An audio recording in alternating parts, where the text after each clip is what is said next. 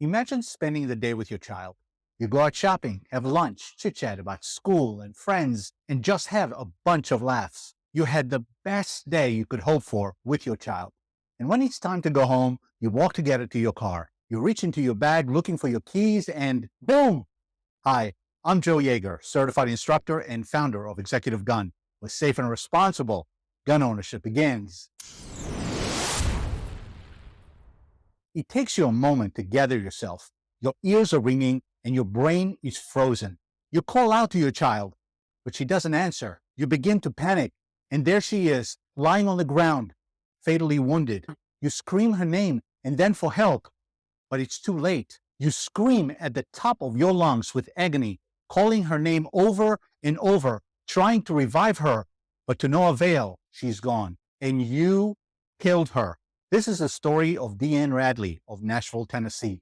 I cannot imagine the pain, agony, and guilt she has to endure for the rest of her life after accidentally killing her daughter. Deanne was carrying a firearm in her purse, a .40 caliber pistol.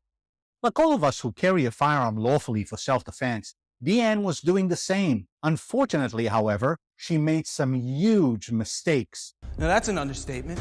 Had she taken the time to get some basic education and safety training, this tragedy could have easily been prevented. She may have had the best of intentions when she bought her gun, but like many novice gun owners, she probably thought, can't be that difficult. All I gotta do is point and shoot. Or perhaps she thought that it's too expensive to get lessons, so she'll get to it when she could. I say that because when she was interviewed by police, two things in particular were discovered that made it clear Deanne was an ignorant, irresponsible, and negligent gun owner.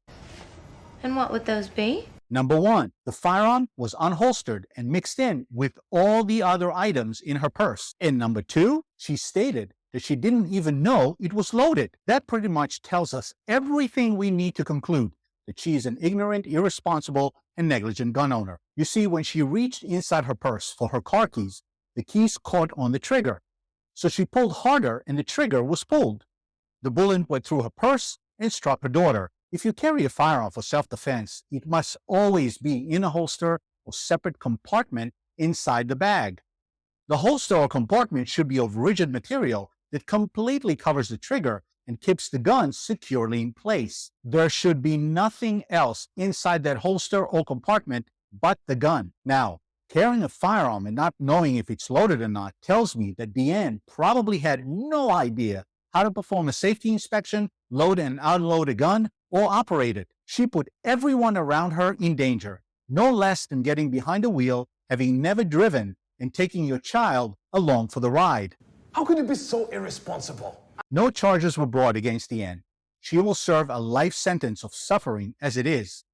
Had her gun discharged and hit a stranger in that parking lot, she would likely face charges and jail time. As a parent, I'd say she'd probably prefer that to losing her daughter. May she rest in peace. I said it before, and I'll say it again. With guns, there is no do-over or saying I'm sorry. When we decide to become gun owners, whether we carry in public or not, getting trained and learning our state and local laws ought to be a foregone conclusion. Non-negotiable. Just because the Second Amendment says shall not be infringed doesn't mean it's okay to neglect the responsibility that comes with that right. If you want to put yourself at risk by neglecting to be safe and competent with a firearm, be my guest. But putting others at risk is not okay. You're goddamn right it isn't. Deanne's story is but one of many daily stories of irresponsible gun ownership gone bad. I bet that if Deanne could pay to bring her daughter back, no amount of money would be too much. And getting adequate training to prevent such a tragedy costs an insignificant fraction of that. But she'll never have that option, will she? As humans, we just have to learn the hard way sometimes. We just can't help ourselves, huh? Unfortunately, not every hard lesson gets a replay like driving drunk or texting while driving and killing another driver or pedestrian. And that's after having taken driving lessons and getting a license.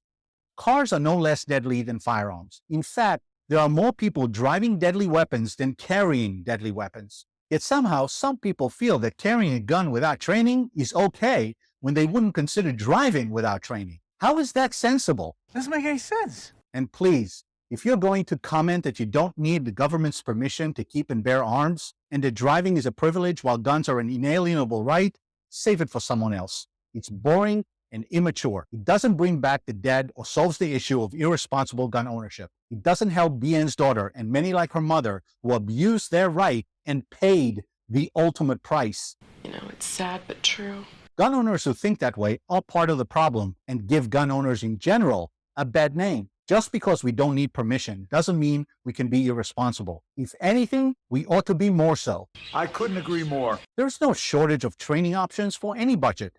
There are certified instructors in almost every town. Some law enforcement agencies and precincts provide free safety training. There are volunteer groups and social clubs that offer free safety training to their communities and members, or for a nominal fee. If you want to be a safe and responsible gun owner and save yourself and others around you the agony BN has and will continue to endure, then stop making excuses and overestimating your ability to figure it out on your own and do the right thing. Don't put yourself in an irreparable position to say, you know that if I could change things, I would in a heartbeat. If you enjoy this video, please smash that like button, subscribe to the channel, and watch the next video right here. Train hard, often, and safely, and I'll see you at the range.